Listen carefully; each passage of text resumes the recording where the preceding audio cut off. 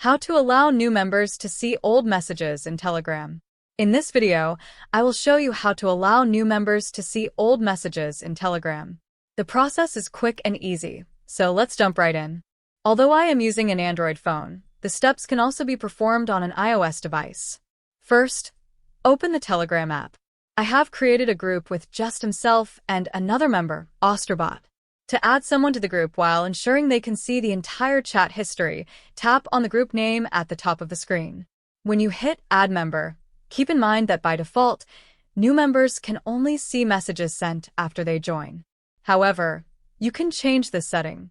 Tap on the group name again, then select Edit in the top right corner.